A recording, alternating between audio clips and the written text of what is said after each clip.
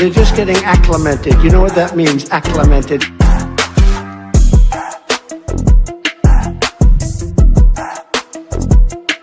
We always do about this time.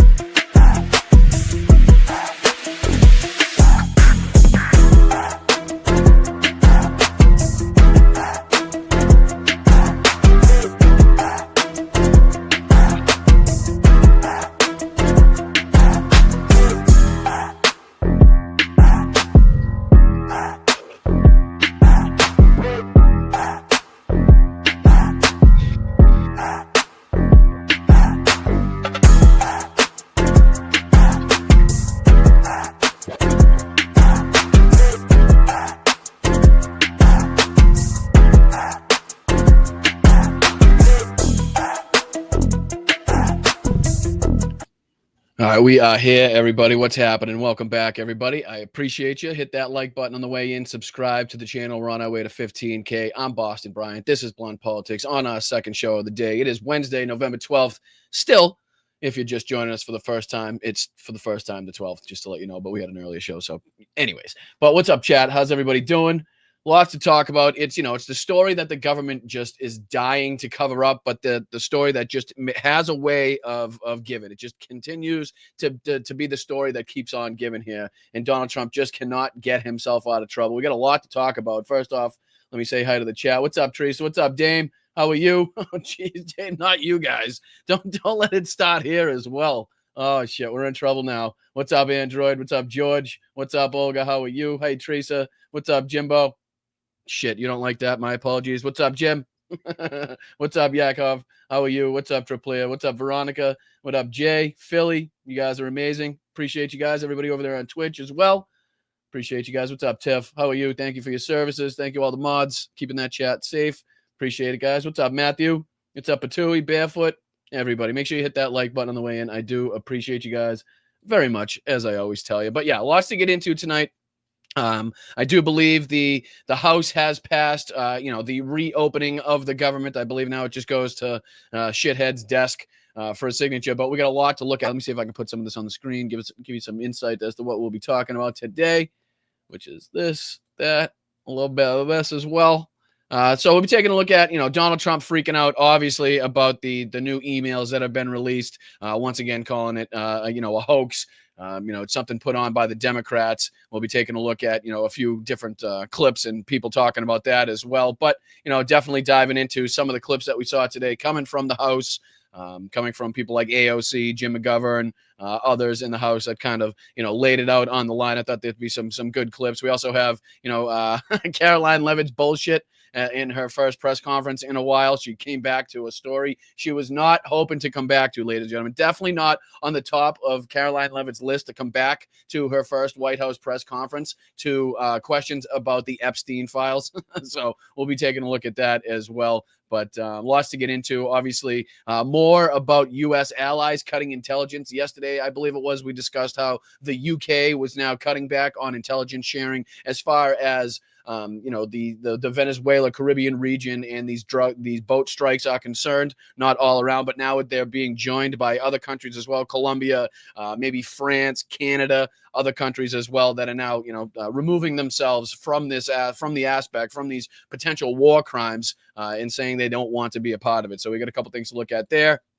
What's this one? Oh yeah, Preston's got some insights as to some of the allies pushing away as well. Couple funny clips here from the Russian media monitor, if I do say so myself. It's been a while since we took a look at these assholes and had Solivov, make us laugh. But this one's pretty funny. He's making fun of his own military. And then, if we have time, there's actually one where he's ranting and raving against his own editors as well. And then we'll be talking about, again, the MAGA ongoing civil war. This is Nick Fuentes destroys Donald Trump. And I'm not sure who this kid is. It actually kind of confuses me because he seems to talk like he's part of MAGA. But if you were to hear him, I don't know if he's South African or I'm not quite sure what he is, but he doesn't sound like your typical American MAGA person. But he loves Nick Fuentes. And again, I'm just listening because they're both going after Donald Trump in this one, which is great to see. Obviously, more to talk about from the Epstein situation. We're going to be diving into, a little bit of this because this is from Piers Morgan. This was put out, I think, this morning or today, a little bit ago. And this is different people on here, like Alan Dershowitz, who was Epstein's lawyer, also implicated in these files. The guy that says, he kept his underwear on. And then but Mike Nellis, and then also Eric Bowling and Mark Lamont Hill are on this episode. So I kind of wanted to dive into this and see what everybody's talking about. I think it gets a little heated at a few different points. And then, different aspects of, I think Ann Coulter was on with Tim Pool. I don't think Tim Pool is in there, but she's also unloading. Ann Coulter, you can see the title of this one. Ann Coulter unloads on Trump over Fox News interview disaster. That's the one where he says that, the American workers have no talent, we have no skill, and that skill needs to be imported. You can always count on a racist, bigoted person like Ann Coulter to jump in to harp on Trump again for wanting to import anybody into this country. So, I just like when people are bashing on Trump, we, kind of highlight this ongoing MAGA civil war that we've had and that we've been talking about on the show. So I do appreciate it. Once again, make sure you hit that like button. Make sure you subscribe to the channel. If you like what you're hearing, if you like what you're seeing, give me an opportunity, give me a shot. But let's start with, what Donald Trump kind of said about these. Let me throw this on the screen because this was his Truth Social post. I don't know if everybody saw this or not, but this is what he posted. This is the 12th this morning at about 1:03 p.m. So the Democrats are trying to bring up the Jeffrey Epstein hoax again, once again calling it a hoax because they'll do anything at all to deflect at how badly they've done on the shutdown. Just after Donald Trump came out in front of cameras on national television to say how bad the shutdown was for Republicans.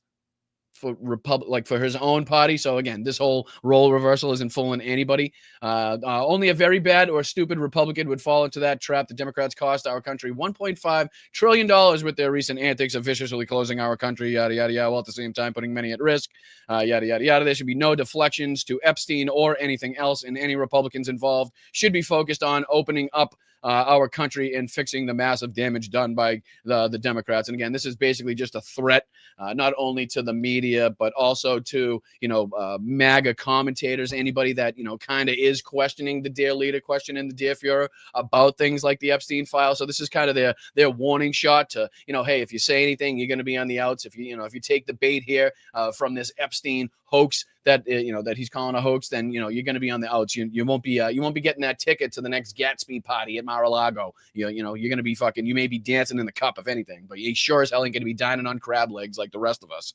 So yeah, that was Donald Trump's response, of course, childlike response as far as that goes. Let's see what else is on this one that I want to show you.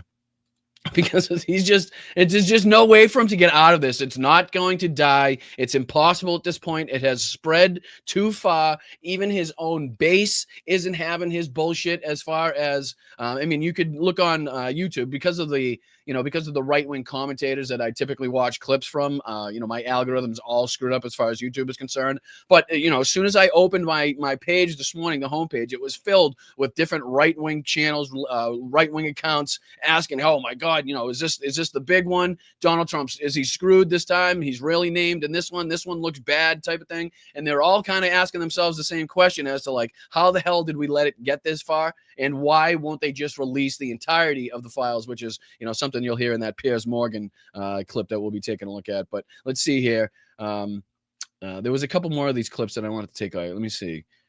Go up on this one. My apologies. Sticking with me. Because, they released these ones. Oh, yeah, that was a good one. That was a good story as well. We'll be talking about how Adelita Grijalva was finally sworn in, making her, I believe, already the 218th signature on that discharge petition there, which is good to see. But we'll get into that when we take a look at some of these. We might as well take a look at this now. I'll put this on the screen.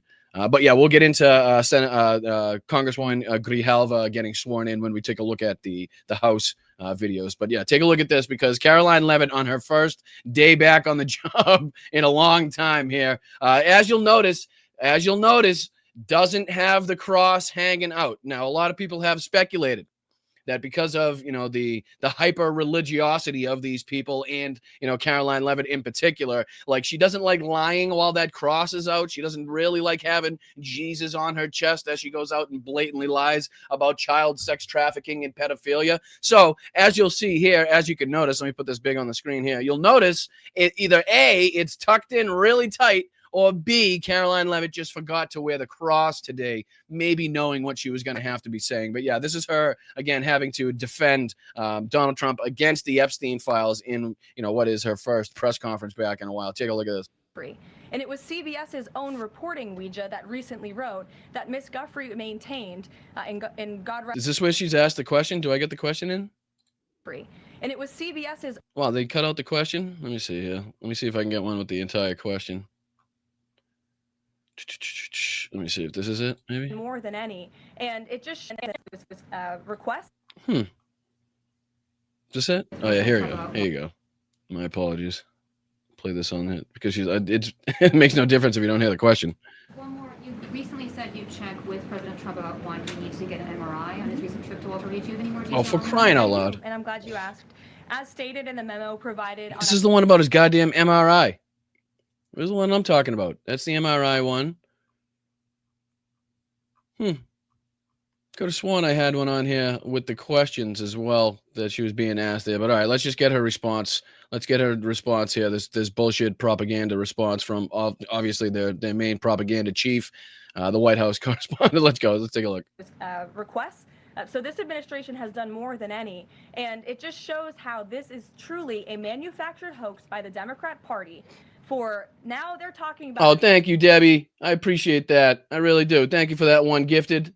Appreciate that, Deb. Make sure we're thanking Deb for the gifted memberships going out there. Thank you to everybody that gifts to the channel as well. There's Venmo up in the corner. You can sign up for a membership just underneath me here, just underneath the video, or you can check out patreon.com/BostonBrian. I really do appreciate you, Deb. Thank you so much. All of a sudden, because President Trump is in the Oval Office, but when Joe Biden was sitting in there, the Democrats never brought this up. This wasn't an issue that they cared about because they actually don't care about the victims in these cases. They care about trying to score political points against President Trump, as we have, of course, seen with this government shutdown. I love it. I love the fact that she has to go out there and on her first day either tuck the cross in or leave it in the back room because she knows she's going out there to lie about Jeffrey Epstein and the involvement of Donald Trump. I mean, it's ridiculous. I mean, we saw the emails ourselves, right? We could see, and I guess one of their defenses now is supposedly something else that she came out with, which I thought I had on this one as well. Let me see here. Let me see if I keep going because she tries to make it seem, and I don't know if this has been proven yet or not, that the redacted name on the email is particularly dealing with Virginia Giuffre. And then she brings up the fact that Virginia Giuffre in a meeting or in an interview said that she hadn't seen anything. Yeah, I think this was it right here.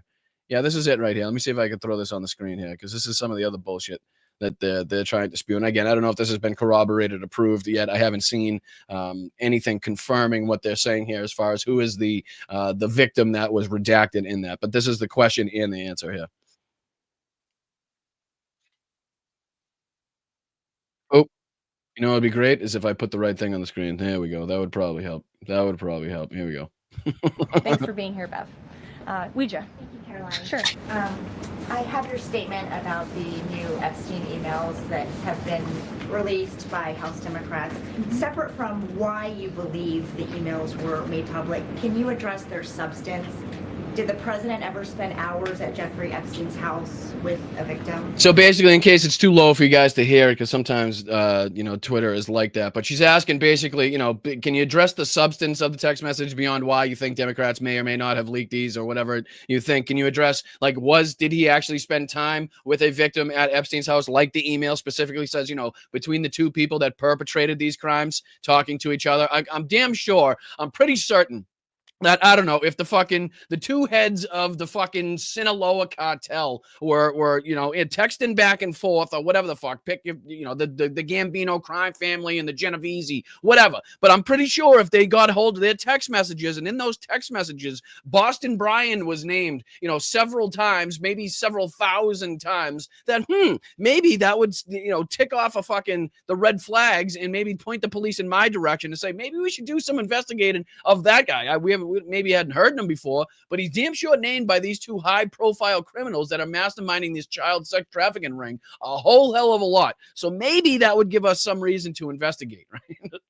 Hold on, I'll put this back on. Jesus Christ. Emails prove absolutely nothing other than the fact that President Trump did nothing wrong. And what President Trump has always said. Please, how in the world do you possibly get out of what we saw in the emails today that this proves that Donald Trump did nothing wrong? right? And again, this is just another bit in a long line of examples, a long line of evidence, a long list of evidence that we have. And it's not just like to be looked at singularly. Like this goes along with all the other corroborating evidence that we know about Jeffrey Epstein, about Donald Trump. And again, we don't have that, that particular smoking gun to point to what the illegalities or the criminalities were that Donald Trump was involved in. Could have been maybe money laundering. Could have just been loans. Could have just been using Mar-a-Lago as a front to get Jeffrey Epstein, his underage girls that he was poaching from there. Maybe he just maybe he didn't have anything to do with this. Who knows? But at this point, wouldn't you believe that the best way for him to exonerate himself would be to release the files? Thus, the fact that he hasn't and the fact that they're working so hard to keep these things under wraps, wouldn't that lead us to, suggest us and lead us to believe that he does have some involvement and criminalities in this? I mean, wouldn't that just be common sense to people at this point? Jesus. Is that he was from Palm Beach, and so was Jeffrey Epstein. No, he's from New York City. He moved to Palm Beach so he could be closer to Jeffrey Epstein. Jeffrey Epstein was a member at Mar-a-Lago until President Trump kicked him out. Again, false, not true. Technically, his membership was good and valid up until, I believe, 2007, which again is several years after Donald Trump was first told that Jeffrey Epstein was, again, illegally poaching his illegal workers from his illegal spa at Mar-a-Lago. So to tell me how that sets in with because you're lying is what you're doing. Whether or not the membership was used or not, whether or not he went there and, exploited the fact that he was still a member, I don't know. But his membership was definitely still valid up until that date, which is far after he knew about Jeffrey Epstein's criminalities and what he was engaged in. Because Jeffrey Epstein was a pedophile and he was a creep. Yes, and also Donald Trump's best friend.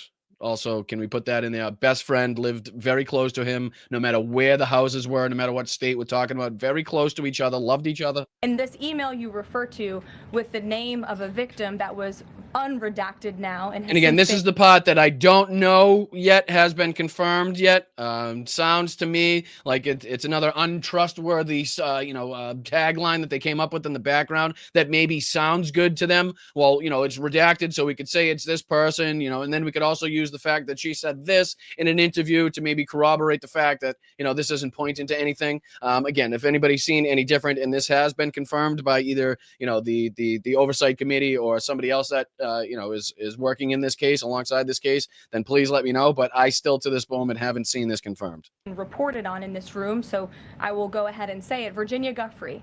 And it was CBS's own reporting, Ouija, that recently wrote that Miss Giuffre maintained, and God rest her soul, that she maintained that there was nothing inappropriate she ever witnessed, that President Trump was always extremely professional and friendly to her.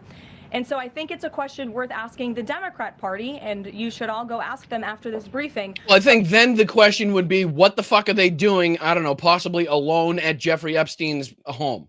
Then, right? Like, what is the situation? Well, we can't obviously, unfortunately, get Donald Trump's word for it. Obviously, he's not going to fucking tell us anything. And, as you had just mentioned, unfortunately, Virginia is no longer with us, due to the mental anguish she suffered through this case, obviously. So this just seems very, it seems very convenient for them to be able to list her as this victim and then be able to bring up the fact that she said this once. I'm not, again, sure if she said it in an interview or in a deposition or in one of the court cases or what it was. But it just seems very convenient for them to be able to point to that. Why they chose to redact that name of a victim who has already publicly made statements about her relationship with Jeffrey Epstein is unfortunately no longer with us. Mary. Right. So Thanks that's, again, her not wearing her cross, lying through her teeth, making sure her dear Lord and Savior, not Donald Trump this time, but the other dear Lord and Savior, doesn't strike her down as she, protects pedophiles all over this fucking planet. But yeah, let's see if we can dive into, was there a couple more of these? No, that's the same one. Yeah, let's see if we can dive into a couple of these too, because there was a couple good clips from, again, people like AOC, Jim McGovern, which I wanted to take a look at. Obviously, the swearing in of Adelita Grijalva is something that we should be talking about as well, thus making her the 218th signature on that discharge petition. Let's see here. Let's start with this one, because this is a funny one. Appreciate that. This is Jim McGovern talking here. Gentleman from Massachusetts. I inquire how many more speakers the gentlelady has, because she doesn't seem to have very many.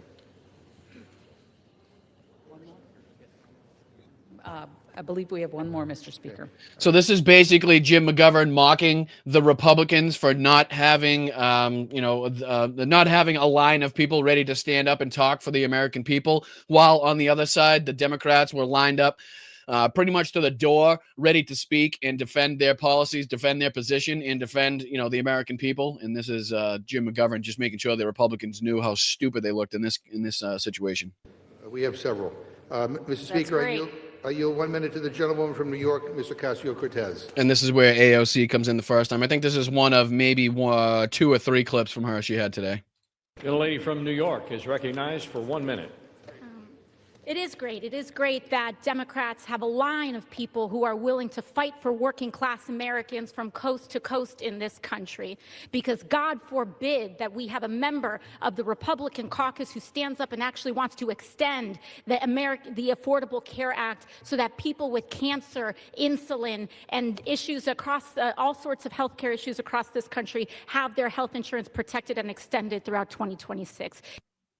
All right, so just to kind of, and I'll just to kind of reiterate, the fact that I think we talked about how it was less than 24 hours after this so-called promise by Republicans to have this so-called vote in December that Fox News, in particular Fox Business, was already talking about getting rid of the ACA, getting rid of Obamacare, like they've been talking about forever at this point. But if we take a look here, I'll just pop over to Newsmax real quick. We're not going to dive into any videos. I'll just show you the headlines that they're talking about. That they're the titles on their videos to kind of give you a clear picture. Let me throw this on. Right, take a look at these. Right, so Carl Higbee completely obliterates Obamacare. The next one is getting rid of Obamacare fixes healthcare, not subsidies. That's Byron Donalds on there talking about it. So again, as we're reliant upon the empty promises from these 8 senators, the 7 Democrats and the 1 independent relied upon these broken and empty promises from Republicans.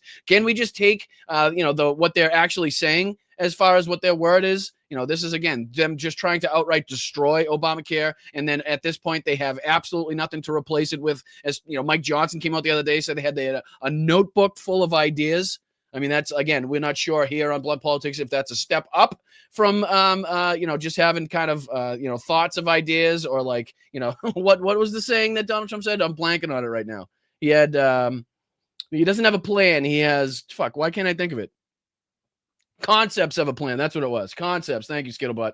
Thank you, Skittlebutt. He had concepts, right? So he doesn't, they have concepts of a plan. We're not sure if like ideas in the notebook is a step up or a step down from concepts of a plan. That might be, we might have gone down or rung on the ladder there, as opposed to making steps in terms of progress. But yeah, just to show you how seriously they're talking about, and still are talking about, getting rid of Obamacare, getting rid of the subsidies, which again will, just make the premiums shoot up and skyrocket. Here they are talking about it in real time, just to kind of, drill that point home. But yeah, let's see if we can pull up a couple more of these clips from AOC and people like Jim McGovern. I think there was a couple more in here. There's one more here from AOC, and then we'll dive into one from Jim McGovern, and then we'll see if we can move forward so I don't run out of time, as I usually do. All right, let me put this on the screen. This is AOC here talking about the 8 or so Republican senators that now want to enrich themselves with millions of dollars because, again, they were investigated and had their phone information confiscated because of their actions during the January 6th Capitol riots, or leading up to those moments, again, trying to overturn a free and fair election. So this is AOC's comments on that issue. Protected and extended throughout 2026. It is unconscionable that what we are debating right now is legislation that will give 8 members of the United States Senate over $1 million apiece. And we are robbing people of their food assistance and of their health care to pay for it. How is this even on the floor? How can we, as members of Congress, Republican or Democrat, vote to enrich ourselves by stealing from the American people? That is what this legislation does. In fact, Senator Graham just went before the press earlier today saying he was going to seek well over $1 million from the American people from this. We cannot support it, and we cannot stand for it. Thank you. I mean, it's just, again, we talk about optics all the time here on Blunt Politics and how much that kind of resonates with the American people, and, you know, kind of diving deep into the nuances of some of this bullshit tends to lose a lot of people. But, you know, these simple talking points, these simple, optics that we can put in front of the people where, again, they're trying to do this as your life is leading you to do this is very, very important. It's very poignant, and it gets the message across. Again, the golden shit that Donald Trump is putting up, the ballrooms, the millions of dollars, and the golden crowns that he's accepting, you know, juxtaposed to the American people trying to fucking put food on the table, trying to make sure that they have gas in the tank, trying to make sure that they can pay the rent, the mortgage, they can make sure the lights stay on, the heat stays on during the winter, wherever you may be, if it gets cold, right? So that resonates with a lot of people, and that's what we need to continuously drill down on and make sure we hammer home, because, you know, again, a lot of the times when we get lost in the sauce and lost in the nuance of some of these in-depth and very political issues, in whether it be inside the House, the Senate, whatever it may be, then it tends to kind of, push people back when they don't understand something. They tend to kind of fall back a little bit and not engage as much. But what people do understand is when they're being screwed over. They do understand when they're being lied to, right? When they're being tricked, when they're being mocked, when what they're being told their reality is not what they're actually living. That's what people do resonate with. That's what will get the message home. And again, there's a couple more of these clips here. Let's see here. Yeah, here's where they're trying. Here's a short clip here. This is, again, them trying to get Zohran Mamdani to be the face of the Democrat Party. This is one of the Republican speakers here talking about how it was nice to see AOC, but unfortunately they didn't get to hear from their other leader, Zohran Mamdani, again, trying to do their best in making sure that, they try to determine him as a leader of the party, so that they have this communist, Marxist, socialist rhetoric to continue to push out there. Otherwise, they just sound stupid. Gentleman is recognized for 1 minute. Thank you, Mr. Speaker. It was great to hear from the new leader of the Democrat Party, Mrs. Alexandria Ocasio-Cortez. Unfortunately, we didn't also get to hear from their other leader, Mr. Zohran Mamdani. There you go. So just a short clip to try to let you know that they're still trying to hammer that home. They haven't forgot about that. Let's see. I know there's one here from Jim McGovern as well. That was, again, about, here's the clip that AOC was referencing here. This is Senator Lindsey Graham on television talking about how he's going to damn well sue, and it's definitely not going to be for $1 million. It's going to be for a lot more than that. So this is Lindsey Graham. So that's be filing a lawsuit. Oh, definitely. And if you think I'm going to sell this thing for $1 million, no. I want to make it so painful no one ever does this again. Right. So again, that's what AOC was just referencing in her floor speech. And then I believe there's one here from, here's Jim McGovern as well, talking about the kickbacks talking about the kickbacks for the 8 Republicans there. Again, referencing what Lindsey Graham was just talking about and what AOC was mentioning as well. So here's Jim McGovern. What the hell is wrong with them? While regular people are struggling to pay bills, Donald Trump's net worth has gone up by $3 billion since he became president. People's health insurance premiums are doubling and tripling, but Republicans say there is no affordability crisis, even as their tariffs are costing people an extra $1,200 per year. Regular people can't afford the rent, and Republicans are letting Trump gild his bathroom and build a ballroom to host the rich and powerful elites who own the GOP. These guys are bailing out Argentina. They're giving $40 billion to an entirely different country rather than helping the 42 million Americans who can't afford to put food on the table. And here's the clincher, Mr. Speaker. Buried in this CR is a corrupt kickback for 8 Republican senators, $1 million payday funded by taxpayers, taken straight from the Treasury and deposited directly into their pockets. What the hell is wrong with this place? They promised to put America first. The only thing you guys put first is yourselves.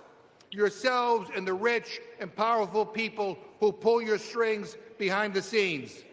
These people don't care. They don't have to call the insurance company because their claim was denied. They don't buy their own groceries. If you have a private jet, an offshore bank account, and an invite to Mar-a-Lago, go ahead and support your Republican representative.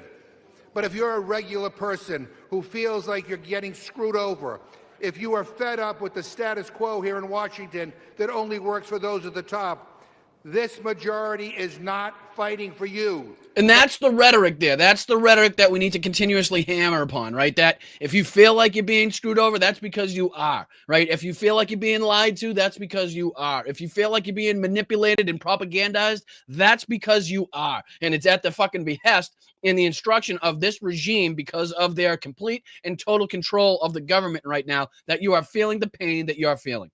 But we are.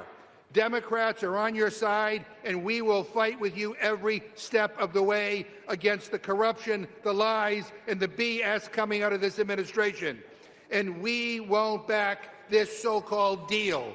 It's not a real solution, and it is certainly not a clean CR. All right, so again, that's Massachusetts Rep. Jim McGovern spitting it. Oh, thank you, JD. I appreciate that, brother. Happy birthday again, my friend. Thank you so much for that 10 gifted. That's amazing. I hope you're having a wonderful day, and please make sure we're thanking JD for, again, those 10 lovely gifted memberships that he just sent into the chat. For 10 lovely individuals in there. I appreciate you, JD. Happy birthday again, my friend. But yeah, I love the way that, he just kind of, tells it as it is. I mean, a lot of people don't get to see these types of clips, really. This is what I mean when, the people that aren't as politically involved don't typically watch this independent media networks and dig for, clips like this. Don't typically see things like this. So it's good for us to highlight it and play it. And as I continuously tell you guys, don't assume that everybody sees clips like this. Make sure you're playing this. Make sure you're sharing this out. Show your friends, show your family, show your coworkers. Say, hey, listen, this is what the Republicans are saying, and listen to what the Democrats actually say. And then you choose what sounds better for your daily life. Who sounds like they're going to fight for you in your daily struggles. And let the American people decide, because it's not difficult to see when you have the rhetoric from Republicans and the policies from the Democrats, which would be better, as much as we still need to work and dig and figure out a better way of doing things for, the lower class, the middle class, and everybody else. And as opposed for just the richest people in this country, the 1%, the corporate fucking CEOs and shit. That we still have to work on all of that. But as far as who has the best policies right now, I think the choice is absolutely clear.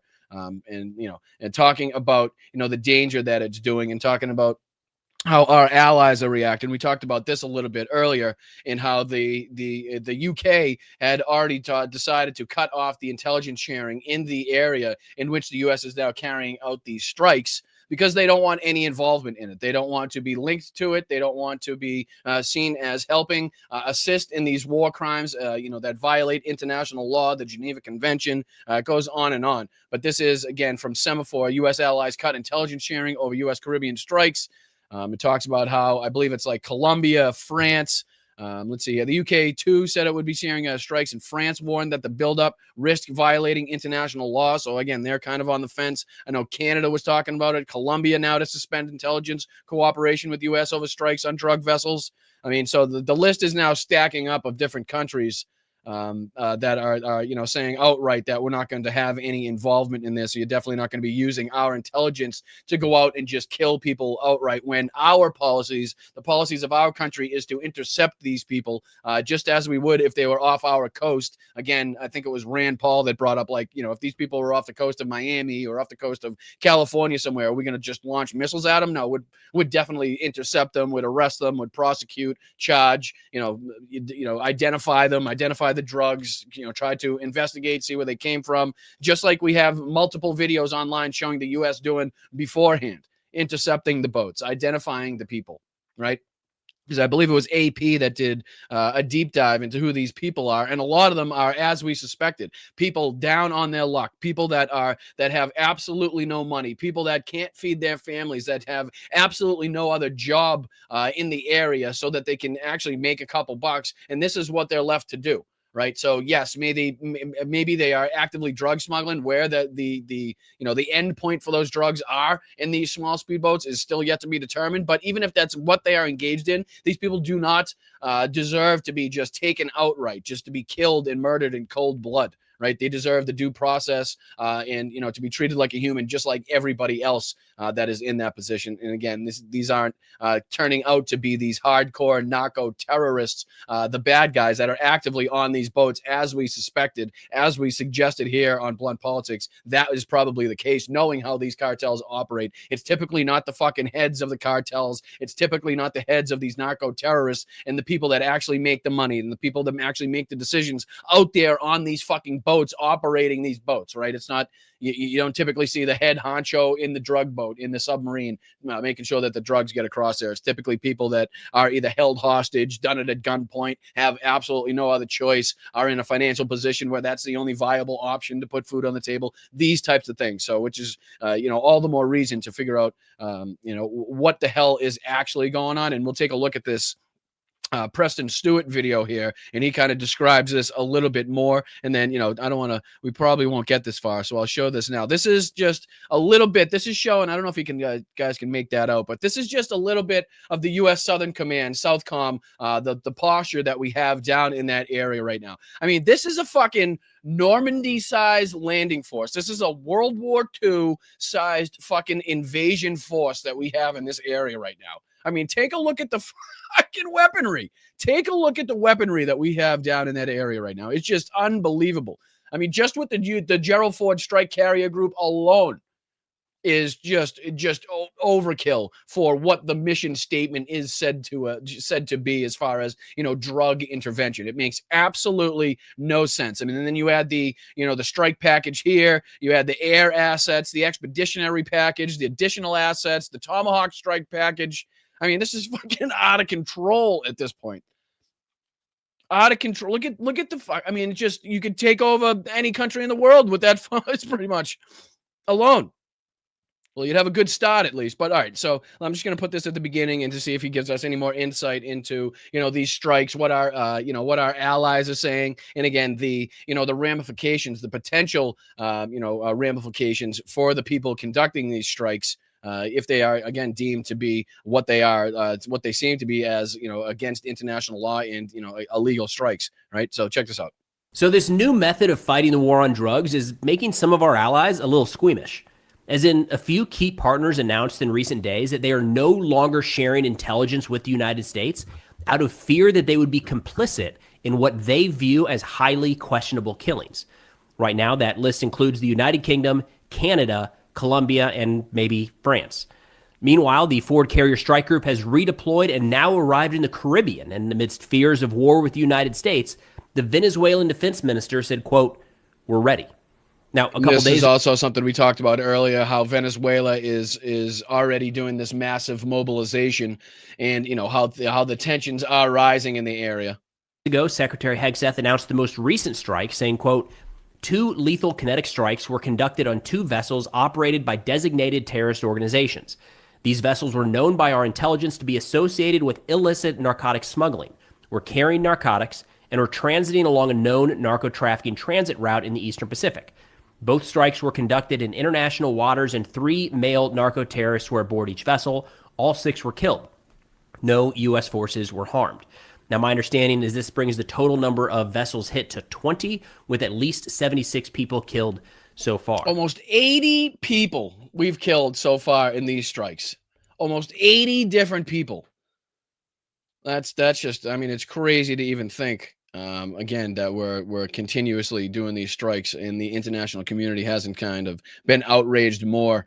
But as we are seeing, as we're talking about now, our allies are definitely realizing that they will have complicity, they will have involvement in this, at some point. And at some point, somebody's going to take a look at what's going on, whether it be now or in recent years or in the future years. But somebody's definitely going to be taking a look at this, and they don't want to be in this position. I'm just going to go into here where he talks about how many forces are actually in the area, and then we'll dive into our next topic. Missile Defense Command ship USS Winston Churchill. There's a lot of firepower. I'm going to put up Ian Ellis's chart here to show the volume of U.S. assets in the region right now. It's a little bit overwhelming, hard to keep up with at this point. But part of the issue here, part of what's kind of raising a concern is you look at this chart and you say, that's for drugs? That's where it seems like a lot. In fact, CNN reported that in a briefing last month, two senior U.S. special operations officers could not explain why the administration needed so many powerful military assets stationed in the Caribbean just to blow up small boats. This is in a closed-door session. Oh, I can help you with that because they're not there just to blow up small boats. They're there for a much bigger and larger purpose, a much more profitable purpose. Again, that intent yet to be revealed, but is becoming ever more clear by the day, not only by the rhetoric of this administration, again, authorizing the use of the CIA inside Venezuela, as well as what we're seeing on the screen here, as far as a strike force, as far as the capabilities we have in the area, is again not telling me that again we're there to stop 25-foot fishing boats with 100 bundles of cocaine on it or something like that. It's just not, you're not getting that past me. It's not, it's not registering as something that's plausible at this moment in time, right? On Capitol Hill. That, of course, leads us to the idea of a broader war with Venezuela, which seems like it's probably been in the cards for at least a couple months now. All right. So again, just to kind of give you an update on what's going on there, not only is more of our allies, kind of taking a step back from this, but also the massive mobilization going on by Maduro, and the fact that we have just the most ridiculous amount of weaponry in the area for something that, again, does not require force anywhere near that size, if again we're taking the word of this administration for what their intent, for what the goals are, which nobody tends to believe at this point in time. But that kind of brings us on to, man, we run out of time quick. I try to do these as fast as possible, and it never really works. We can kind of fly by a couple of these. This is just kind of a funny video I thought I'd throw in here.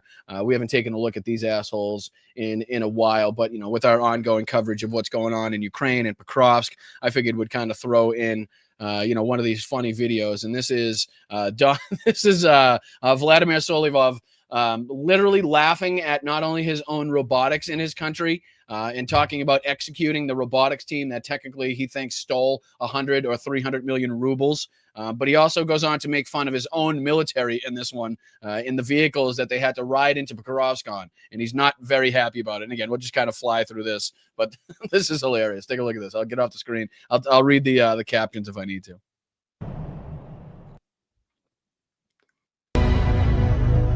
Друзья, вы меня извините, я вот... Sorry, I'm already laughing. So basically he says, I'm in a state of light fury, and I'll, just for the sake of time, he's talking about there was a presentation of a humanoid robot, right? And then he says, listen, simply explain it to me. What are you doing? And he goes on to show this robot demonstration. Check out this robot demonstration by the Russians. You're going to love it. You're going to love it. I can't wait to send this. I can't wait to send this to somebody that actually likes robotics so they can laugh at this. И вот под музыку Рокки выводит на So I can't, if they're playing the music from Rocky, I'll mute the video, but you'll get the gist. Check this video out, right? Tell me this doesn't look like a Russian robot that has been drinking too much vodka. Check this out. Yep. Hi. Yeah, привет. What? Yeah. Oh. No, I'm good. I'm very good. No, I'm good. Please. I'm good. No, good. One more vodka, please. One more vodka. Look at his face. He's horrified. And the best part about this is coming up. So they fail fucking mightily at this robotics test. And then they go to try to cover it up. You'll see somebody come out of this corner right here with like a black cover, a black sheet, so they don't embarrass themselves any further. And they can't even get the sheet right. They can't even get the cover to cover the robot. They can't even get that part right. Check this out. Look at him. Here he comes. Yep. Here he comes. He's got the cover here. Yep. Let me get this. Nope. Don't look. Nobody. Nope. Don't look. Don't look. Yep. No, you great job. Nope. Nobody can see anything. Nope. It's folded. No, you didn't even do that right. Yep. There. All right. There you go. And then as you can see, Solyovov's like, what is this all about? Listen, I'll turn the volume back up. Listen to him now. Было о чем? Вот этот бесконечный позор. What was this endless shame all about? Right? And then he goes on, again, for the sake of time, he goes on to talk about and show, I believe, a demonstration from a Chinese robot, just to kind of hammer the point home. I think Подобного робота, и он идет.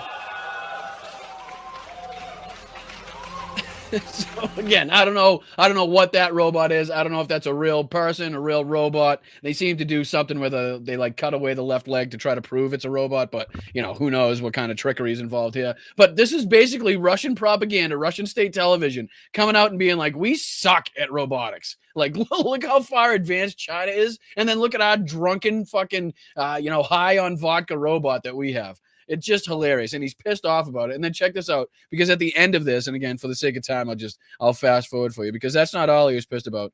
He was talking about weaponry. Yeah, let me see if I can bring this up. He's talking about weaponry that was being introduced right now. Check this out. Ready? And you can hear him say, the government spent money on this. Listen to him explain this. Деньги потратила, правда? Государство на это говорит, что смотрите, как это круто. Все вокруг, наверное, аплодируют. Вот вылезает этот урод. He says this ugly thing creeps out. Эстетически на это смотреть невозможно. Делает Aesthetically, it's impossible to look at. I love this. Sorry, I get such a kick out of this. 4 выстрела. It fires 4 shots. Oh, so basically it's a robotic, self-propelled gun at this point. With a range of 15 kilometers, but he says that right now their basic range, their general range is 30 kilometers. So basically what they did is they invented a robotic self-propelled gun that can shoot 4 times at half the range at what there are like at their their efficient ranges right now, and he's losing his fucking mind over. He's losing his mind. And then he goes on to talk about, and he even shows a clip of the vehicles that the Russian army military used when they were heading into Pokrovsk. Check this out. Check this out. Спасибо большое.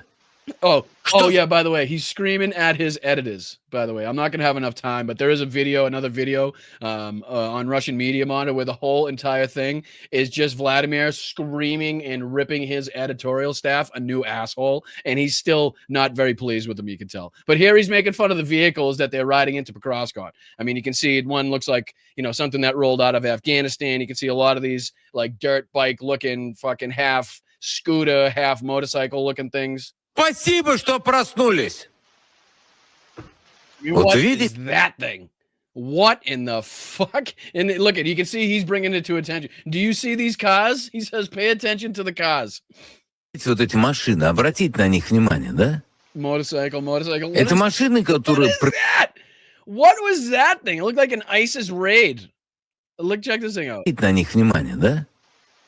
What is that thing? Jesus. Это машины, которые производятся и доводятся до ума прямо в частях СССР. So I thought that would be kind of funny. Again, we're not gonna have time to dive too deeply into that because I want to get into that Piers Morgan as the finale. But let's dive into this one. Let's dive into the old MAGA feud that's ongoing. Again, we'll kind of skim this over. I do appreciate you guys. I'm Boston Brian. This is Blunt Politics. If you're just joining us for the first time, if you like what you're hearing, if you like what you're seeing, please hit that like button. You can wait till the end if you want to subscribe. Make that decision at the end. That's very cool with me too. Anybody that donates, anybody that gifts, anybody that sends a super chat, a super sticker into the message and into the chat there will be recognized, will be highlighted, will get a shout out at the end of the show. So make sure you stick around. And again, there's a Venmo right up in this general region where the finger's pointing. You can just take a picture of that, send you to my Venmo. All I ask for is $1 or $2. Anything more than that is totally and 100% up to you. And it goes a long way to help this channel and keeping us going. So we're trying to get to 15,000 subscribers and 1,000 members. No real goal on when to get there by, but I would very much appreciate your help and the opportunity to give me a shot to get there. So let's see here. This is, again, I'm not familiar with the channel of this, but again, a lot of these different MAGA videos, because we've been talking about them so much on the show, are coming up in my feed. So we might be looking at different videos and different accounts coming up here. But this is an account called Purge Viral. Looks like they have somewhere close to 30,000 subscribers. Again, I'm not familiar with them. They tend to be a Nick Fuentes Groyper type of follower. But again, it's kind of strange because it's throwing me off. I don't know. Maybe you guys will be able to tell, but it seems like a South African type of accent, or I'm not sure. Maybe I'm way off on that one, but just it's not what you're expecting to hear from a MAGA type channel. Anyways, this is titled Nick Fuentes Destroys Donald Trump. right? And again, this is in a long line, a long string of videos by different channels that are now attacking Donald Trump, that are now actively engaging in this MAGA civil war, this MAGA feud, in which there are several different sides: the pro-Israel, the anti-Israel, the Charlie Kirk conspiracy theory wing, and then you get the whole Epstein files, again, throwing a monkey wrench into this, as far as what's going on in MAGA. But let's just, again, we'll skim over this real quick. There's just a couple points to talk about in here, and let's let them cook on Donald Trump. And again, just to be sure that everybody knows, both of these people in my account, well, at least I know Nick Fuentes is a racist, bigoted, self-described Nazi, and nothing that he says here should be taken into account. What I'm trying to highlight is the fact that their willingness now to attack Donald Trump is what we're trying to get across. This is not being played to highlight anything being said by these two assholes on screen here. We were getting that with Trump. That's, by the way, what Make America Great Again means. The whole idea of Make America Great Again is this idea that the country is stuck. The country can't do anything. The government has no efficacy. The government can't solve problems. And this is where Nick kind of shows how disillusioned he is, and how like the propaganda seems to have worked to a slight degree, because when he tries to describe what Make America Great Again stands for, it's absolutely nothing that was espoused by any one of the MAGA politicians, by Donald Trump, or anybody that followed him. And it's kind of ridiculous what he says it's meant to be about. Even though he is attacking Donald Trump, he's getting what Make America Great Again actually stands for, which is just racist, bigoted beliefs that were meant to, allow it to become mainstream, so they didn't have to hide behind screen names and didn't have to have these secret backdoor meetings, and barbecues in the backlight, so they could burn their crosses. Now they can do it right out in the open. In the private sector, it seems like our country is dying, and basically people are unable to stop it. People are either apathetic and they don't care, or people are inept and they're not competent enough. And it seems like the whole country's falling off the cliff and no one is able to even do anything. And we're looking at these energetic countries with tons of... I'm too anxious for you guys to hear this kid's accent. I want you to tell me where he's from. I'm going to find a point where he's talking here. What's this accent? What happened? I feel like Donald Trump doesn't care about MAGA anymore. He cares more about other countries than our own nation. And this is so shocking. Where he said utter there kind of sounds like a Dutch. Is that Dutch? I'm kind of curious. Somebody said George says New Jersey. Oh man, I don't know, that utter there kind of sounded a little bit Dutch, but I'm not sure. But all right, this is where they're going in on Donald Trump here. MAGA. French, you think? Does it sound French, Roxanne? Could be. We got a few Eastern European guesses in there. Exactly, and I completely agree with Nick on this one. And what happened with this MAGA idea? Seriously, what happened? I feel like Donald Trump doesn't care about MAGA anymore. He cares more about other countries than our own nation. And this is so shocking, because also his slogan is America First, right? Donald Trump is busy with almost every nation in the world, every country in the world, but not with our own nation. Why? I have no idea. If someone these are MAGA commentators. These are, again, the people that are supposed to be supporting this asshole, and this is the commentary. This is what they're talking about now, that Donald Trump doesn't give a shit about this country. He's out dancing and, palling around with other countries. Again, this is, not to, not to highlight any of these assholes and what they say, but again, what they're talking about as far as attacking Donald Trump needs to be pried open. Make sure that we can make those cracks a little bigger. Was the answer? Please share it in the comments. But Donald Trump should focus more on our own nation. Exactly everything what Nick just said here. I'm with Mr. Android. I gotta say, I gotta think. I'm sticking with my first. I'm sticking with my first guess on that one. As far as when he said utter. That's my guess. I was leaning South African. Series, but I'm not 100% sure at this point. But I appreciate you guys guessing. I thought you guys might have a better idea than I was. It's so right. We should build like our own country instead of building up money. Our American countries drafted behind a common vision that we can all get behind, which is greatness, which we had, but which we have lost. This kind of momentum and initiative that we had, but we lost. We're an aging country. We're slowing down. We're in the twilight or the autumn of our time period as an empire and as a civilization. And people said people would come forward from the Midwest, from flyover country, from the heartland, and they would go forward to D.C. to work in government, and they'd be part of this transformation. The factories would return and people would go to the factories. This is again, this is how disillusioned he is. He actually believed or at all thought that like returning the United States to its former glory or whatever was Donald Trump's actual plan. Like he actually thinks that he's building all these plants and things all over the place. Again, that's at least what he's talking about here. And he's talking about being duped. He's talking about how that hasn't happened. He hasn't brought back the American dream. He hasn't brought back anything that he said. He hasn't made the pricing lower or anything. That's the basic gist of this attack right here is what you're getting. That Donald Trump hasn't done a goddamn thing that he said he was going to do for the American people. Meanwhile, he seems hell-bent on helping every other country out there you could possibly think of, which is the complete and total opposite of what he told his voters he was going to do. They would build things. They'd make fucking cars. They would make airports. They would make bridges. We would build new cities, literally, and have kids and build houses. Like, yeah, we can do it. That was the idea. We can do it. And now here we are 10 years later, and the message is the opposite. You can't do it. We're not talented. We don't have the talent because. And again, that's in direct reference. That's in direct reference to Donald Trump's sit-down interview with Laura Ingraham, where he talked about the American people not being talented and that he needs to again import people. And again, people like racists and bigots like Nick Fuentes and like Ann Coulter here. That definitely sets them off. Right? That definitely sets these people off. If you want to piss off the racists, if you want to piss off the bigots in your crowd, this is the perfect way to do it, which we saw already when people like Elon Musk brought this H-1B visa thing up, or when people like Vivek Ramaswamy brought this H-1B visa thing up. They were hammered. They were crucified by the MAGA base. And now this is, again, what Nick is talking about here, from what he's hearing from Donald Trump, is the exact opposite of what they espoused, when they elected him the first time, getting into office, some 10 years ago.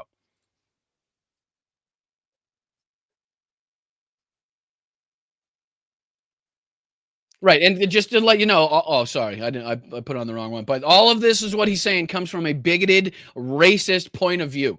That's where his stance, that's where he comes. So it's not like he's seeing the light all of a sudden, right? This is all coming from his bigoted, racist point of view, his stance on life, and that's why he's saying these things. Dorians to pick the grapes. We need Indians to do our programming. We need Koreans to build our missiles.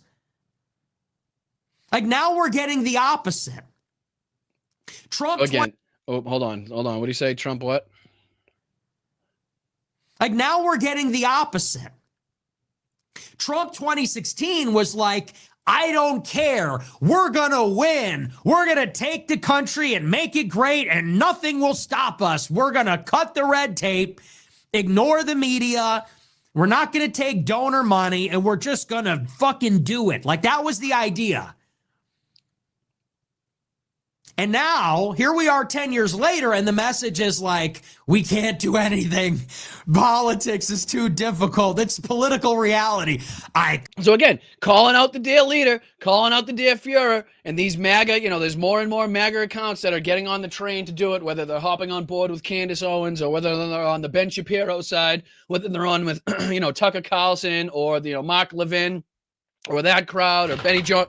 Christ almighty. Jesus, I'm all jittery, my apologies. But whether they're on that side or the other side, it doesn't matter. I mean, they're just becoming more and more willing to call out the bullshit. And again, it's not just that Nick Fuentes is saying it, it's that these other accounts are spreading these messaging, like this messaging and these videos, right? So it's not that Nick Fuentes is saying this because he's been kind of on the outs from MAGA for a while, but it's the fact that these other, pro-MAGA accounts like this kid is now highlighting, agreeing with this asshole and going against, and calling out Donald Trump. That's what we continue to highlight here. So, and again, just to, what time is it? 6:30. That means we got, another hour or so? So do we have another minute to dive into this one? We probably do. I don't know how long that's going to take. So yeah, let's dive into this for just a second, because this is along the very same lines as Nick Fuentes here, of just racist, bigoted people within the MAGA base. that are now being offended by shit that Donald Trump is saying. The nationalists that are now, being pissed off, that are pissed off because Donald Trump seems to be helping other countries, foreign nations, instead of America in their eyes, which, to a certain extent is absolutely spot on. But here, this is Ann Coulter on the Timcast. On with Timcast again. Don't worry, you don't have to see the beanie today, ladies and gentlemen. He's not there. Tim Pool is not there, and we only have to play about the first 2 minutes of this to kind of get the idea of what she's talking about as well. So don't fret on that side either. But yeah, again, this is Ann Coulter on the Tim Pool podcast talking about, and again, the title of this is Ann Coulter unloads on Trump over Fox interview disaster. I mean, that could be a Midas touch thumbnail. That could be a fucking David Pac-Man thumbnail. You know what I mean? Like this is now what Timcast and Tim Pool's putting up as far as thumbnails here. So let's take a look. You would think by now it had been, this one little thing has been beaten into them enough. Americans need the jobs. Americans are good workers. Americans are being sold out. And I'll get back to why. In direct reference to his Laura Ingraham interview and what he said there, she also references the Epstein files in this as well. Are better workers. What is going on, guys? This is Tate Brown here, holding it down for Tim Pool. I've got one thought of thoughts to say. I was taking a look at your new your Substack, Unsafe. Really tremendous stuff. Can you tell us a little more about it? Yeah, really tremendous. Yes, it's great. You got my the most plainly written racist shit I've ever read in my life. It's like, if you're looking for the most racist commentary, go to Ann Coulter's Substack now. Directly to your inbox before everyone else can read it and rip it off. This week it's on something kind of tangentially related to what we're talking about, and that is I read all of Virginia Giuffre's book, Nobody's Girl, and it is so here she is being questioned about the Fox News disaster, what they're calling a disaster, and on her own, without even being asked about it, bringing up the Epstein files. She was one of the most vocal and articulate spokesmen of the victims of Jeffrey Epstein. And it's shocking. It's really, really shocking, which I just finished it when I see the headline. Ghislaine Maxwell says new prison cell, fantastic. So this is another great thing Trump is doing for his MAGA base, which I absolutely cannot understand. These emails that were released today. I mean, the Democrats are so desperate to tie Trump to Epstein. I don't think those are particularly implicating. But the fact that Trump refuses to rule out pardoning Ghislaine Maxwell, when you read, you don't have to read the book, read my column. It's going up later today.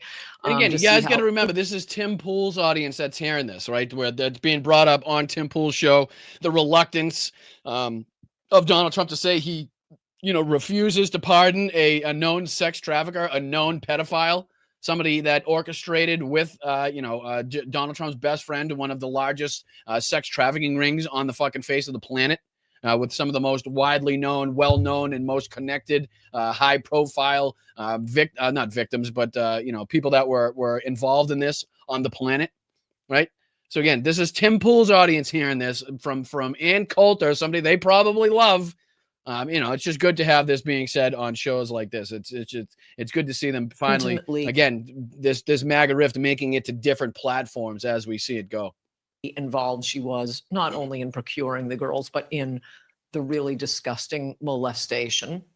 And it was Trump's decision to move Ghislaine Maxwell to this minimum security prison where she's having such a wonderful time. I don't see. And he's not happy that she brings this up. You can tell by the reaction of this kid. He is not happy at the commentary and what she's bringing up right now. And he's not really sure how to combat it. I'm not sure if he stood in too many times for old Timmy Pool as far as the lead commentary here, but you can tell he's exasperated at what she says here. Check it out. Straight up blaming and putting, rightfully so, putting the blame on Donald Trump for her getting this cushy new assignment as far as where she's located. Maxwell to this minimum security prison where she's having such a wonderful time. I don't understand that. I mean, the assumption among So he's like fully exasperated by this. Like, fuck, how do I dig myself out of this one? I asked her about this interview, this Fox interview, which was already going to be an uncomfortable topic considering what he said in the interview. And now she's bringing up the Epstein files. Like, where do I go with this now? Like, he doesn't know where to run. He's all fucked up. following this case since it first broke in Palm Beach, long before the national media had it. I did get Bill O'Reilly to talk about it, and that was it. This was back in 2006. Oh, good. Because if anybody should be talking about, molestation or sexual assault, it's definitely him. He should. I mean, if anybody knows, it'd be Bill O'Reilly. The assumption among people who have been following this is that it's not Trump, that young girls don't really seem to be his type, even back when he was a Democrat. I'm sorry. What was that? There was a quote I'm thinking of, ladies and gentlemen. There was that one quote that Trump always said where he was like, "Oh yeah, Jeffrey Epstein likes them young, like I like them, but he likes them younger," or something along those lines. I'm paraphrasing. But yeah, I mean, just of course, all those times that he talks about his own daughter and her breasts, and having sex in common, and then he talks about grabbing women by the crotch, and then he talked about that girl that was going either up or down the escalator, and he's like, "Yeah, I'll be dating your granddaughter or daughter in several years," or whatever the hell he said. Yeah, so there's definitely no evidence to suggest that Donald Trump has a thing for young girls, but other than the evidence that we have to suggest Donald Trump had a thing for young girls. But other than that, and she studied this whole thing front to back, so she knows it, ladies and gentlemen. But that it's his donors. But I don't know. This is to snub your nose on something this important to the MAGA base. I mean, I think as a lot of people have been saying, including Tim Pool, this is so going to destroy Republicans in the midterms. Now, and again, listen to what she's saying. This is so going to destroy Republicans in the midterms. And I believe that has already taken effect. Like, that impact has already started, right? So the election results that we saw the other night, the weeks on this show that we've been playing this MAGA infighting, and how I've been talking about they're spending more time focusing on people in their own party, the issues, and talking to the American people and figuring out what's going on and how they can actually, do better in the midterms. That's allowing us an open fucking lane to get our policies out there, to get our opinions out there, to get the facts and the reality out there for the American people. And I think that's already having an impact. So again, when you have people like Ann Coulter out there directly blaming Donald Trump for, again, not wanting to come out and say she's not going to pardon Ghislaine Maxwell, obviously how shady it makes him look. And she's tried to do a little fluffing in the background by saying, nobody actually believes Donald Trump's got direct involvement. But, this obviously looks extremely bad when for so long you promised the release of these files. You hung it as bait over the base. You put the chum in the waters, and now all of a sudden you're talking about it being a Democrat hoax, and something of this importance has the ability to tear the MAGA base apart, which it's doing, and has the ability to ruin Republicans going into midterms, which again, it very much has the ability to do. So let me see here. What time she goes on. She hasn't even talked about that interview yet. But let me see here. I think it's coming up in a minute. Get to what we're really talking about. Right. Well, no, yeah. I mean, it's true. It's a lot of this. You're just seeing the vitriol from the base, and it's just, there does seem to feel. See, and again, even these second-rate, fucking co-hosts on these show talking about how you can feel the vitriol in the base, right? Not the vitriol coming from Democrats, not the vitriol from liberals, not the vitriol on Twitter, right? This is vitriol within the base they're talking about. So again, we continue to highlight it, we continue to talk about it, and the more we do, the more it spreads throughout these other channels, and the more it has an impact and effect. Feels like there's a bit of a distance from the admin officials and the base, which didn't seem to always be there, especially in like campaigns. It seems like the Trump administration or the Trump campaign is super reactive to the base. And then as soon as we get into office, a bit of a gulf erupts. Now, I got to say I'm a huge fan. I've never done this before on an interview. I'm a huge fan. My family was like so excited. What the fuck? So he's going to fangirl in the middle of this? I'm just curious if she talks about the interview. Americans need the jobs. Americans are good workers. Americans are being sold out. And I'll get back to why Americans are better workers. No, you know what? I'd rather not hear her racist, bigoted horse shit. I think it was good enough just to hear her call out Trump on the Tim Pool show. What do you say?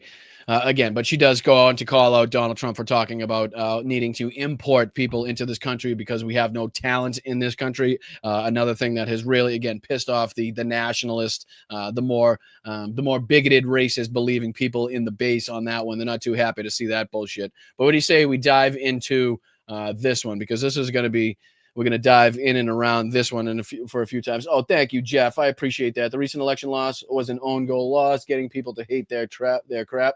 Yeah, I mean, it's just all you got to do is talk about their promises to what the American people are actually seeing in their day-to-day lives, and it kind of proves the point in and of itself. But you're 100% right, Jeff. I appreciate you, brother. But yeah, here's a Piers Morgan uncensored fucking episode here, and he's got Alan Dershowitz, Mike Nellis, and what was the other gentleman's name there? My fault. Mark Lamont Hill, that's what it is, and then Eric Bolling. But there's a couple of moments in here that I think are worth playing where, Piers Morgan's definitely trying to do a little bit of light-handed fucking patty cake and defending of Donald Trump in this. But Alan Dershowitz, again, why he's got, I gotta say, the man must have balls of steel to get in front of a camera to talk about anything along the lines of this when you're, again, where the guy's lawyer and also implicated in some of this yourself. It's kind of crazy. So we're going to dive around just to a couple pieces of this. Again, not going to take us too long. I want to hear what Mike Nellis had to say. We'll hear a little bit of Alan Dershowitz, and then we'll hear a little bit of Mike, and then we'll see if we can go on to what Mark Lamont Hill had to say, and then we'll get out of it. What do you say? I'm going to dive into it here. I appreciate it again. This is I know what's in those documents. I want them out. Epstein, Trump emails leaked. We must reveal everything. Everything has to come out. Nothing can be kept secret. We don't know if they're victims. Some of them are victims, some of them are not victims, and we have to be able to judge their credibility. I know what's in those documents. I know something you don't know. I know what's in those documents. It's awfully convenient for you, Alan, in this moment to tell me that you know something you don't. I want them out there. If the judge will give me permission, I have them in my possession. My lawyers have them.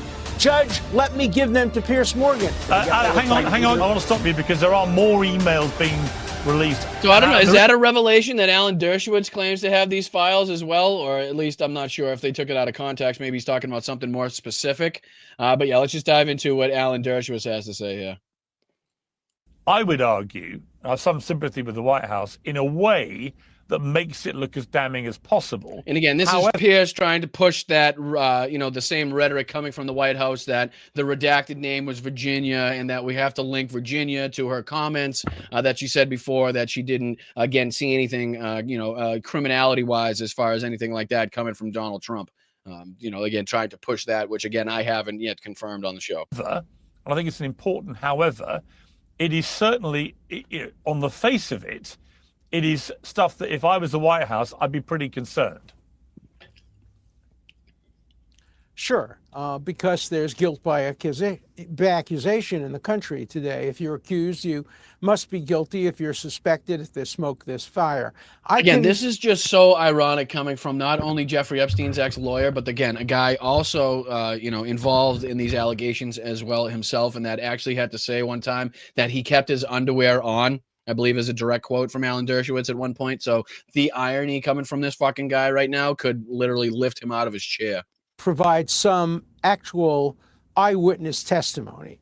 I was Epstein's lawyer. I was trying to make him the best possible deal I could make. That's my job. Because you're a scumbag. That's your job. Right. Exactly. Correct.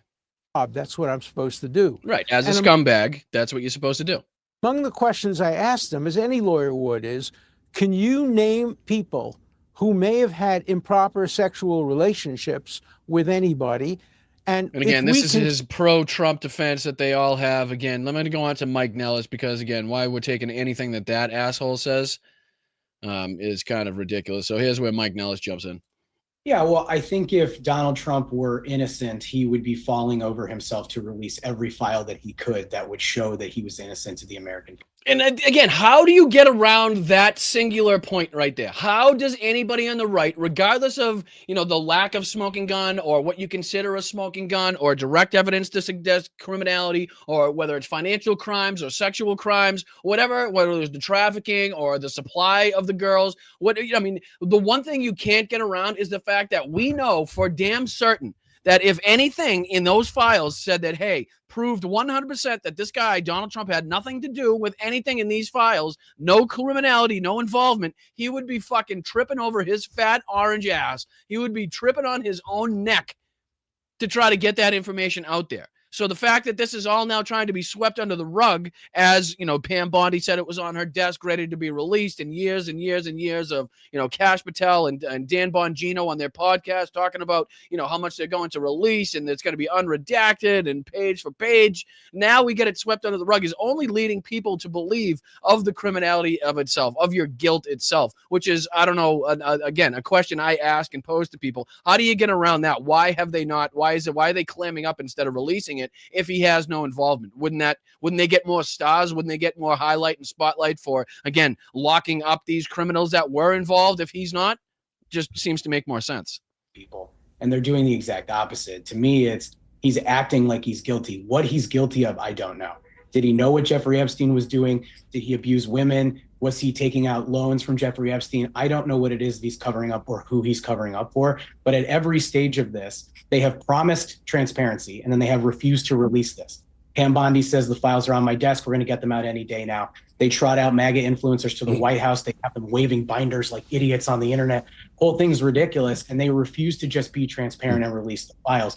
You said at the beginning of this that you have some sympathy for the White House because Democrats are maybe selectively leaking these things. But the White House can end this at any time by releasing all of the files unredacted outside of the victims' names. They could do that, right? They're not doing it. I mean, another great point, too. Another great point. If anybody comes to you and says, well, again, Democrats are only trying to use this for political instances, and they're trying to drab and do the drips and drops. And it's like, okay, well, again, wouldn't you, if somebody was accusing you of having involvement in the world's largest child sex trafficking ring, involving the most high profile individuals on the planet, wouldn't you do everything possible within grasp of your human fucking actions that you could possibly get away with to, release anything that said you were innocent, to prove or give anything proven your innocence? I mean, I don't see, again, how anybody could get around that one fact. I think it's because why not the victims' names? Why not the victims' names as well? That gives again, Alan Dershowitz chimes in here, which I can't stand his goddamn voice, but we'll head into Mark Lamont Hill, where he kind of gives his viewpoint on this as well. Okay, Mark Lamont Hill, the question I have, hang on a second. The question I have, Mark Lamont Hill, is if there was a smoking gun about Donald Trump, which actually pointed to criminal actions by him, then surely the Democrats who had these files and had all the access, they would have released this before to stop Donald Trump getting re-elected. That's always been my position. Well, there's nothing to say that, again, nothing to say that there's already been eyes on that smoking gun. I mean, it seems like the extent of the files here are so massive, the volume of the files here are so massive that it would be very easy for even a numerous amount of people going through these files to at some point, miss a section or have not gotten to a piece that may be substantial, that it may have that evidence involved. Again, we don't know. So just release the whole thing, and then we could do the digging, the deep diving necessary to figure out what's actually involved. And again, just to prove the rift that this is causing, this is Dinesh D'Souza, the loser here, posting on Twitter, where he says, all this posting by fickle MAGA types. Again, so not liberals, not Democrats, he's talking about MAGA post here that says, I'm done with Trump. He's on his own. And this is, again, after the release of these emails, after people talking about these emails. He says, Trump has always been fine on his own. He doesn't need us as much as we need him to fix the country. Right now, we don't have anyone else. I'll start to worry when Trump says he's done with us, right? So, again, calling out different people that are calling out Donald Trump to say that, hey, guess what? Donald Trump doesn't need you anyway. Just like we've been telling you, he doesn't need you. He doesn't give a shit about you. And basically, it's gone from Donald Trump's the savior. Donald Trump is the Lord and Savior, the Fuhrer, to right now where he says, we don't have anyone else. That's the amount of trust. That's the amount of optimism they have in the MAGA base right now, where it's gone from this guy is going to fix the world. This guy is going to, oh my God, the Renaissance. He's going to lead this country to. Right now, we just don't have anybody else. So how about you guys shut your mouth and let's just roll it. So again, I kind of like that. I thought I'd bring that one up too. Appreciate that. Oh, thank you, George. Thank you, brother. Appreciate that. Appreciate for that 10. Shout out to you, my man. Thank you so much. It's like there couldn't have been a more incendiary political weapon if they'd wanted to use it, but they didn't, which suggests to me there isn't a smoking gun in there. And this drip, drip, drip stuff is very, entertaining for the media, gets us all going. It all looks a little bit, what's all this? But it doesn't really change the bigger picture of, is there any evidence of any criminality?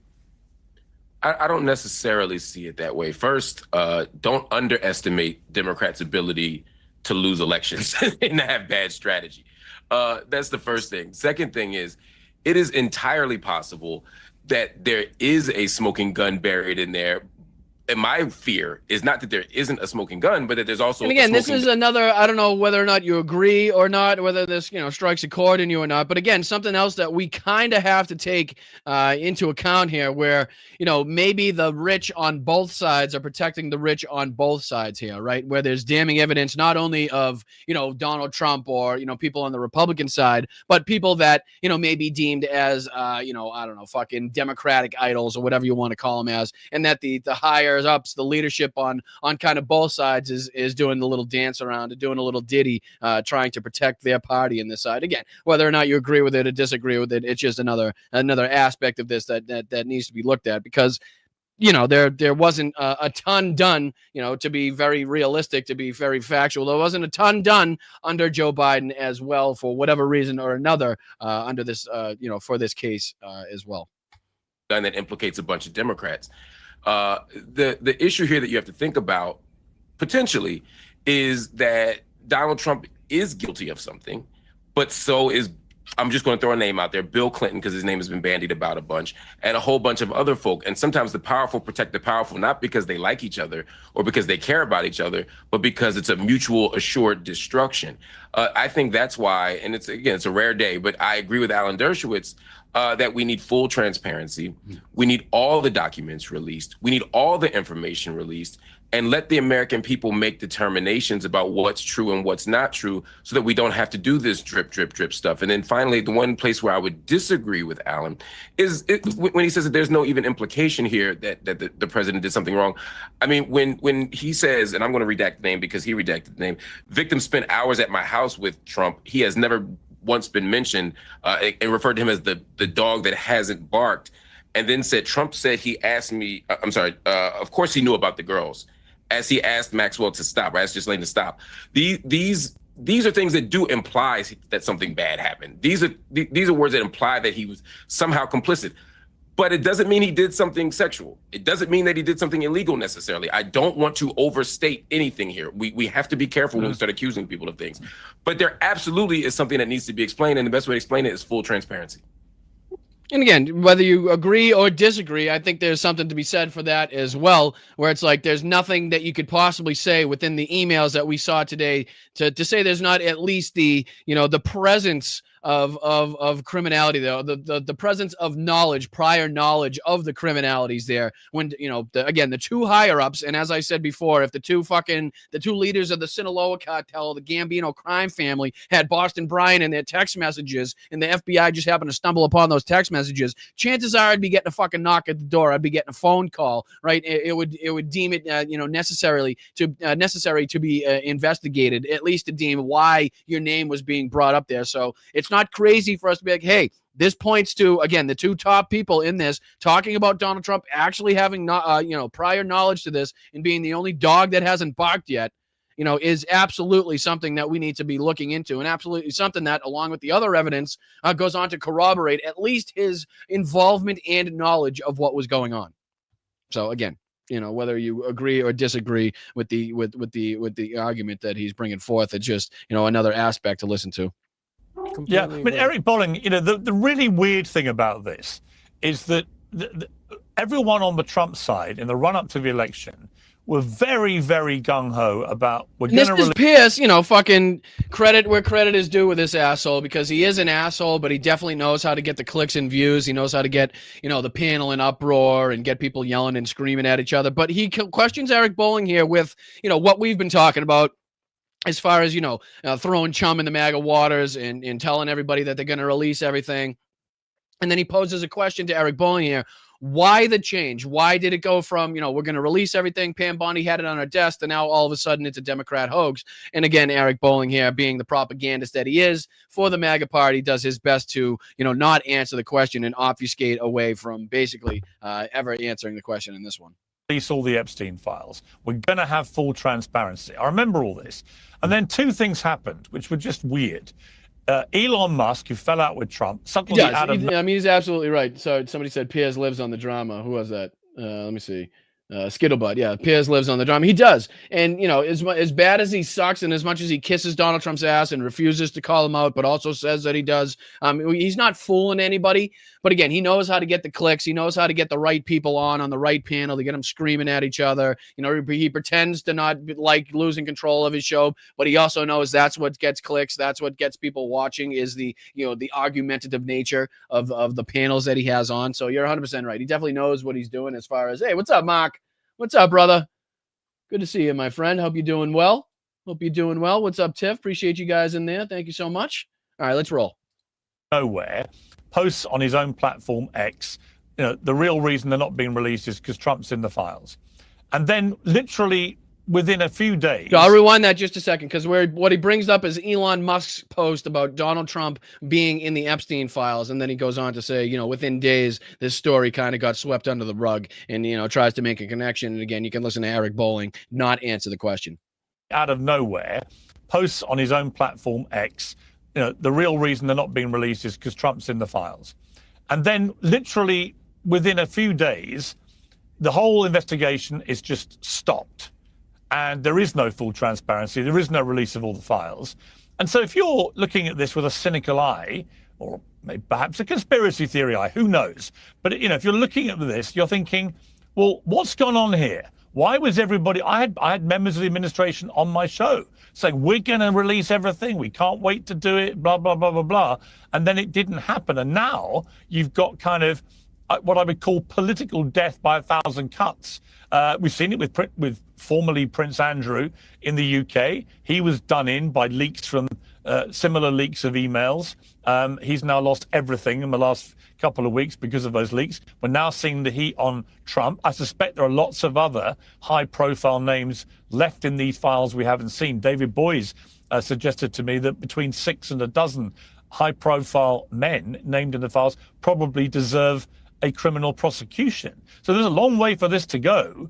Can you make sense of how this is all played out? No, and you're right. So that long question, the long setup of them being told and promised all these files and the releases and all of that to Eric Bolling, and this is Eric Bolling's answer to that. For having me, Pierce, by the way, and great panel. I'm gonna let me take this a little bit different.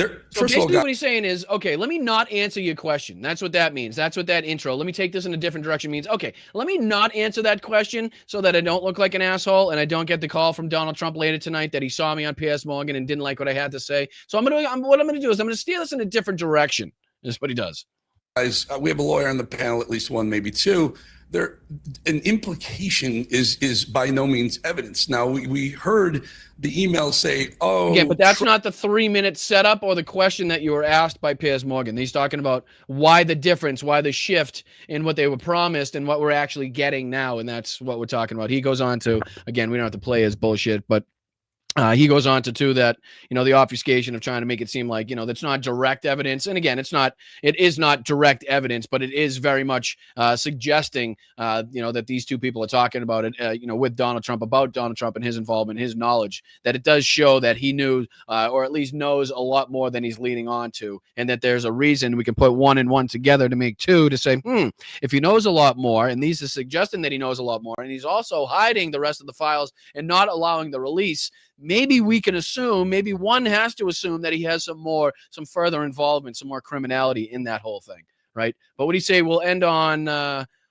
this one tonight because we got about a half hour left before I got to start, though, 25 minutes before I get into thanking you guys. But I'm going to throw this on the screen because this was the latest one from Jen and Tom. They all, I'm sure, have given money. Jesus Christ. Pause.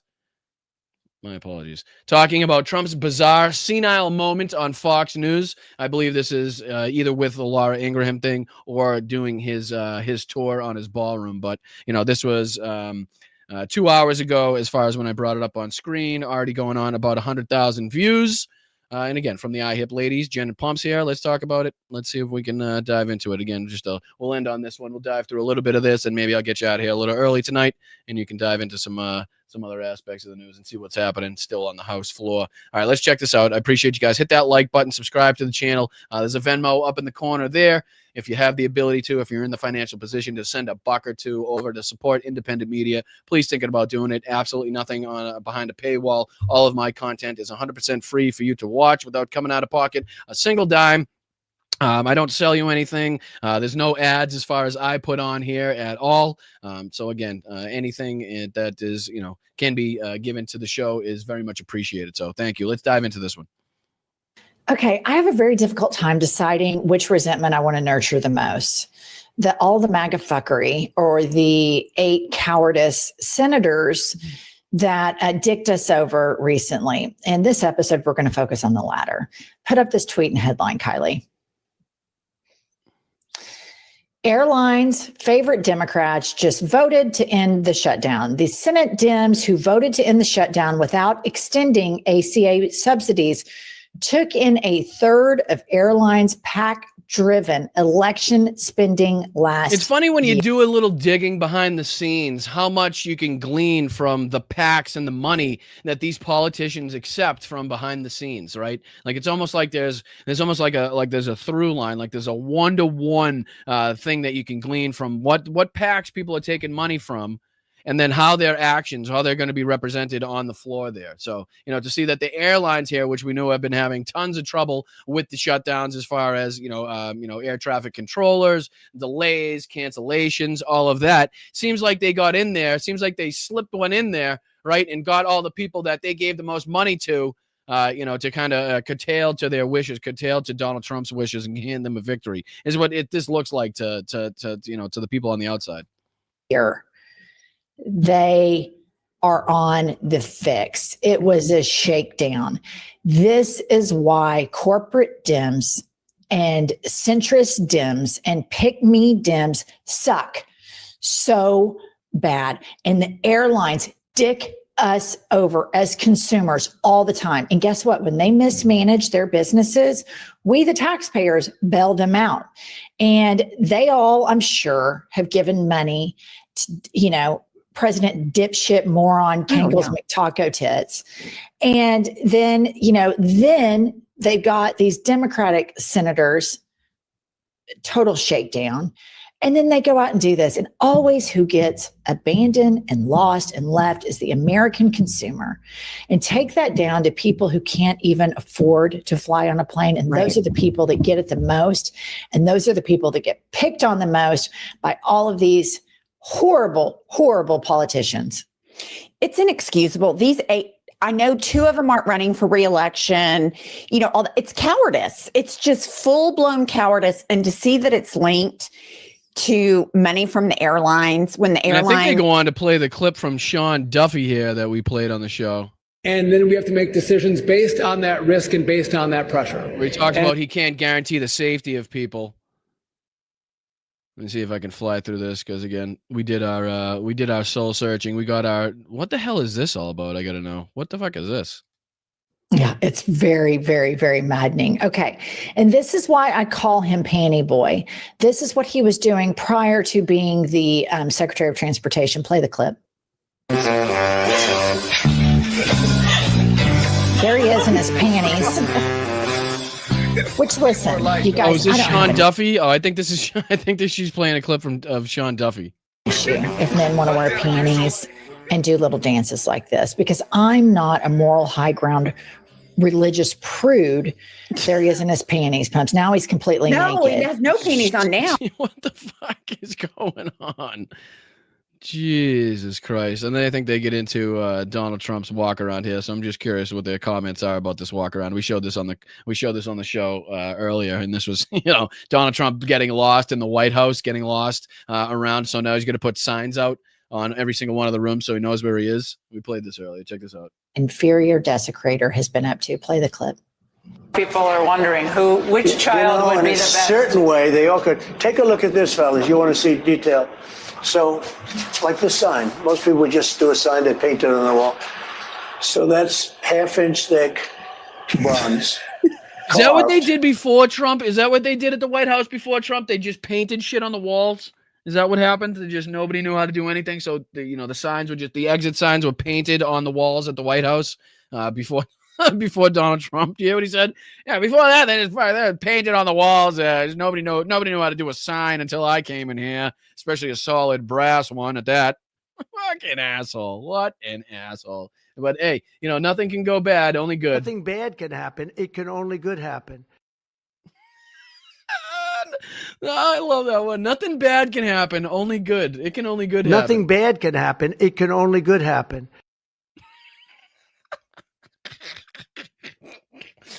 Oh, I love that one.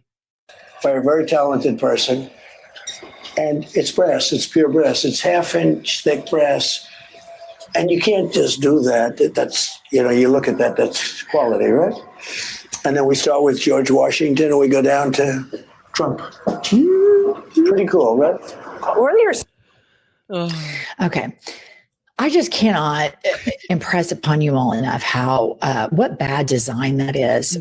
To hang portraits like that outside is. I think she's an interior designer, if I'm not mistaken. So if anybody would know if it's a bad design, I think it would be her.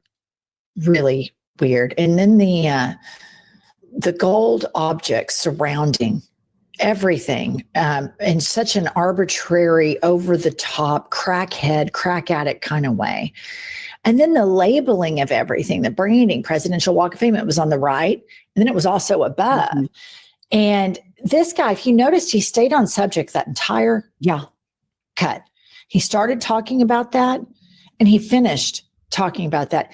This is all he's really interested in, you guys, because he is decorating for the rest of his life. And again, it's literally the reality of like, what did they call it? Of like, it's what the poor man believes a rich man should act like, right? It's the poor man's version of what a rich man should be. This guy coming in, just slapping gold on shit, thinking it looks good. Doesn't matter where it is. Oh yeah, I got gold writing, brass, put in brass. Oh, we got no, it says it there. No, let's put it way up there too. Nice and bigger, even do that. No, that room was fine before. No, let's turn it into marble and gold and do all that. So that's the optics that we continue to talk about here, where it's like at the same time, we can see he's really focused on that. But at the same time, if you ask him about geopolitics or, the American people or anything like that, he can't stay on topic. He doesn't give a shit about it. But this stuff, you can tell he's really into all the gold accents everywhere.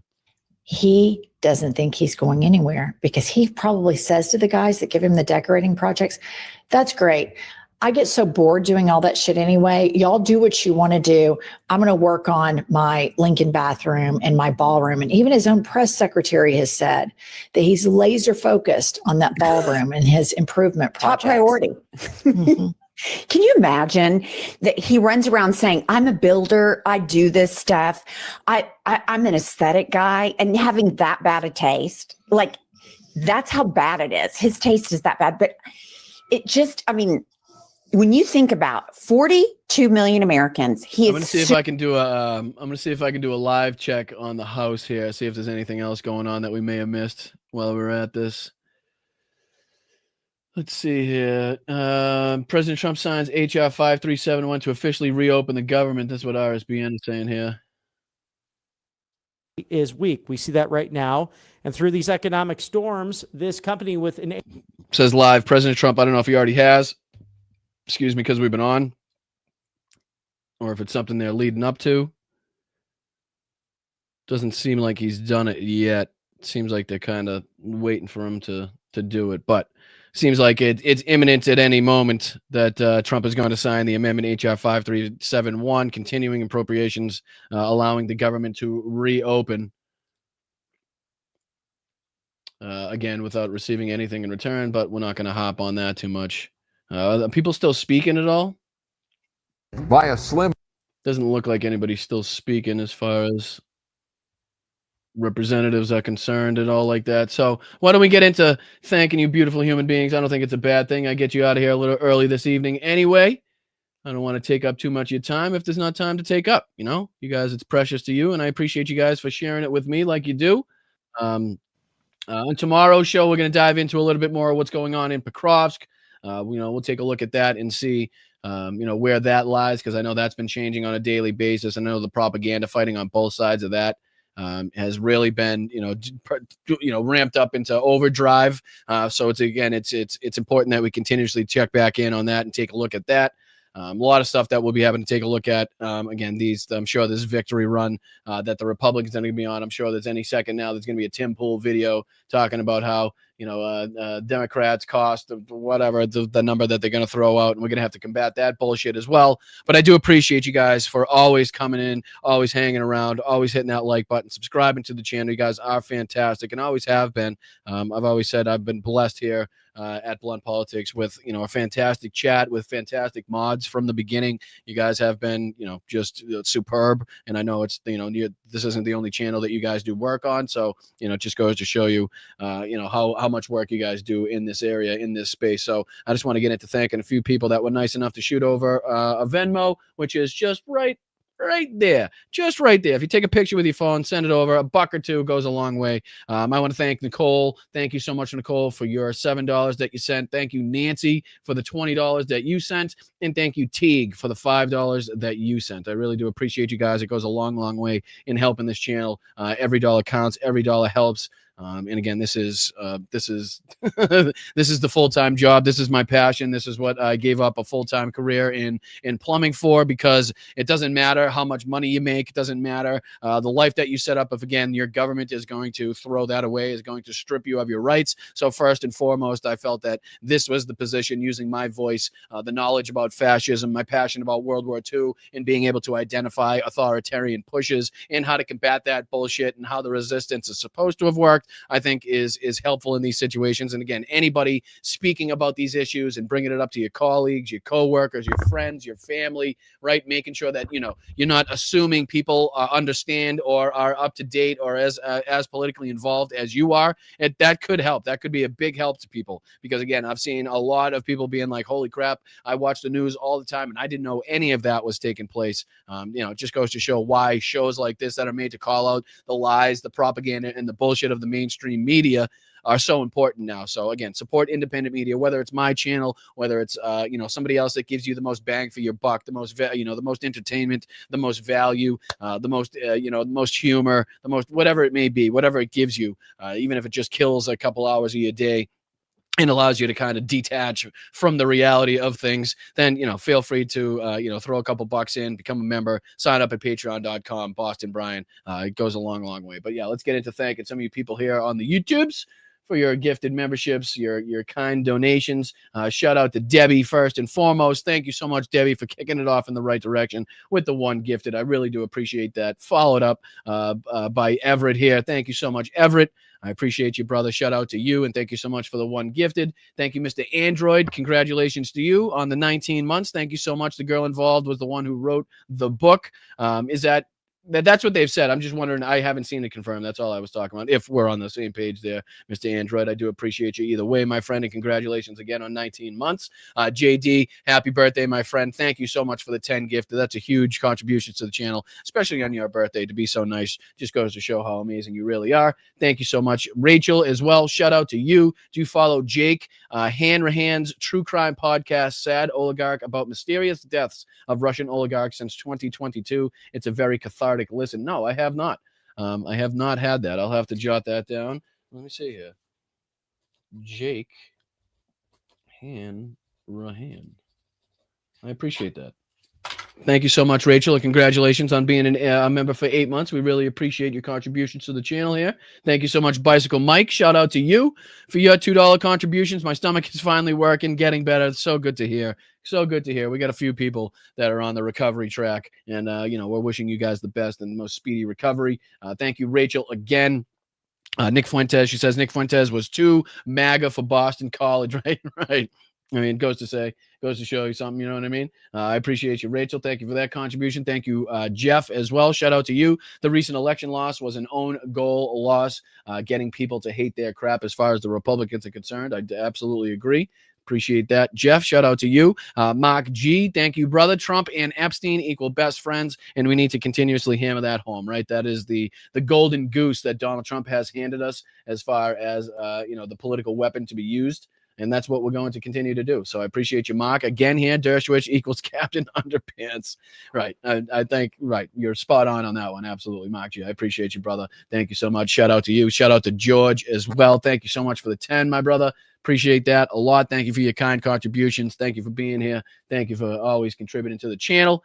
Thank you, Frida, for the 1 gifted membership. We very much appreciate that as well. Thank you, George. Again, big night for George. Big night for George. Thank you, George, for the 5. Thank you, JD, again, the exaltation of the crustacean nation. Thank you so much, JD. Happy birthday to you. I'm sorry that we're getting you out of here so early this evening, but again, I'm not going to try to force feed things down your throat. Sometimes I take too long to go over things, and sometimes I don't take enough time to go over things. And tonight was just one of those nights where we just happened to breeze through all of the news, the articles and the clips that we had to get through. And I don't think that's necessarily a bad thing, right? Because again, your time is precious. Time is the most important thing to you guys. And if I can allow you to go spend some more time with your friends and your family, your coworkers, and haven't gotten you informed in a relatively short amount of time, I'm very happy with that. But I appreciate you guys. I'll see you tomorrow for the Thursday show.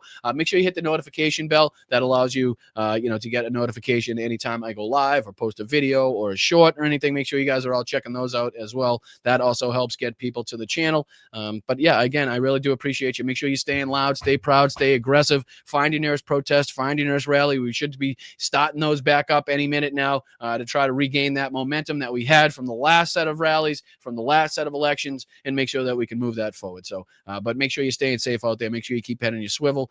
Make sure you're going out there with the largest group possible. And, I really do appreciate you guys. Until tomorrow, I'm Boston Brian. This is Blood Politics. Hit that fucking like button. It's very easy to do so. Subscribe to the channel. I appreciate it. And I'll see you guys tomorrow. Thank you, mods, for all that you guys do. I really do appreciate it. And thank you, everybody that always shows up and shows support. You guys are fantastic. And I would be nowhere without you. So thank you, guys. I'll see you tomorrow. Peace.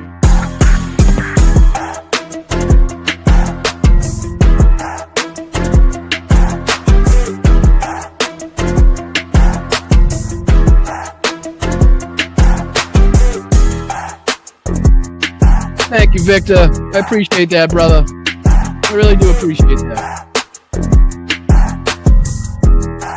What's up, PJ? Have a good night, George. Thank you for everything, dude. Oh, hey. What's up, boy? Hey. Night to you as well. Heroyam Slava, Elizabeth. Good to see you. What's up, Cat Cookie? Always good to see you, brother. Thank you, guys. What's up, Gamer? Fist bump back at you, bro. Back at you, George. Back at you, brother.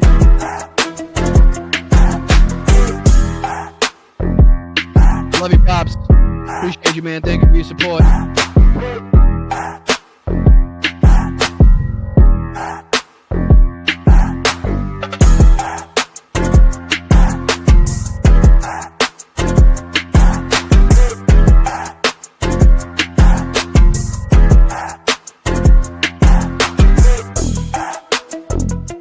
Nothing bad can happen. It can only good happen.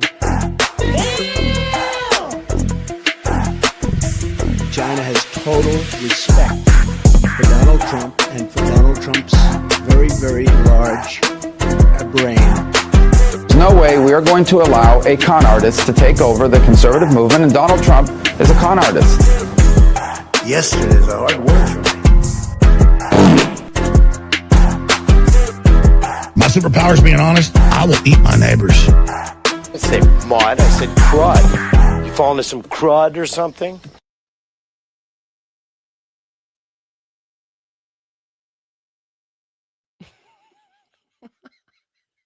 You think one of these days I'm going to have this down pat? You think one of these days I'd be able to do it without... Anyways, I was just making sure that you guys were still involved in here and checking to see if the lights were still on or something. Bye.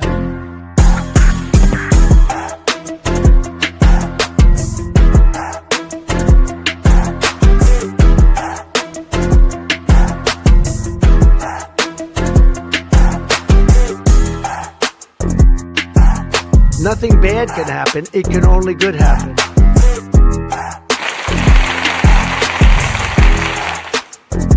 Here We're a nation that just recently heard that Saudi Arabia and Russia will repeat your.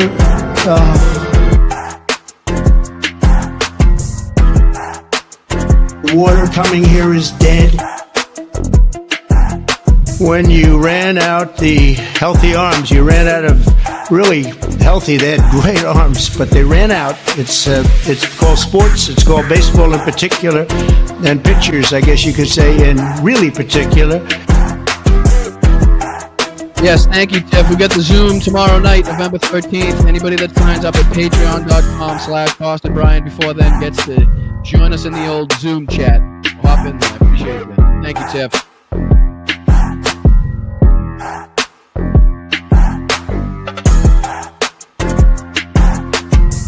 Gettysburg, what an unbelievable battle that was. The Battle of Gettysburg, what an unbelievable, I mean, it was so much and so interesting and so vicious and horrible and so beautiful in so many different ways. It represented such a big portion of the success of this country.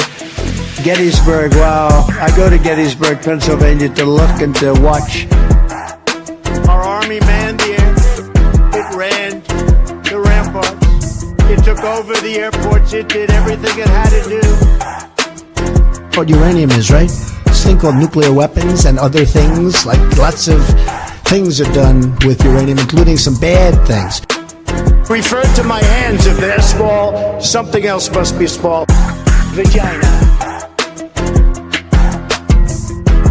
We've endorsed JP, right? J.D. Mandel. I'm just dandy. I got a bowl of chocolate pudding in my underpants. Where you going? Nowhere. It feels so lovely to be here tonight. What a beautiful out. Give yourselves a round of applause. You're so lovely. Everyone's so lovely. Brian, yeah, you're drunk. You're drunk. Shifting production to Thailand and to Vietnam. Venezuela. Did you just see Maduro? Venezuela. It's unbelievable. Eating the dogs, the people that came in, they're eating the cats, they're eating the pets of the people that live there. There is no way we are going to allow a con artist to take over the conservative movement, and Donald Trump is a con artist. He builds the wall the way he built Trump Towers. He'll be using illegal immigrant labor to do it. For the rest of my life, I have the curse that I have little hands. Little hands. Taking him back to Nevada where he's wanted for banging horses. He says rectum damn near killed him. Never fight uphill, me boys. Never fight uphill.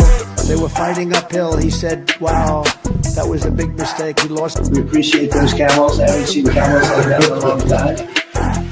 You'll have a group of Venezuelan killers, street gangs, occupying the town with MK-47s. I know that. I'm standing up here bashing the living shit out of Nazis. Oh, get those lights off! Off! Turn them off. They're too bright. Turn them off! The population in Thailand is 63 million people. It is twice the size of Wyoming. Its chief exports are textiles, footwear, and rice. Each year, approximately 13,000 people are killed in car accidents in Thailand. The big, fat, sloppy United States.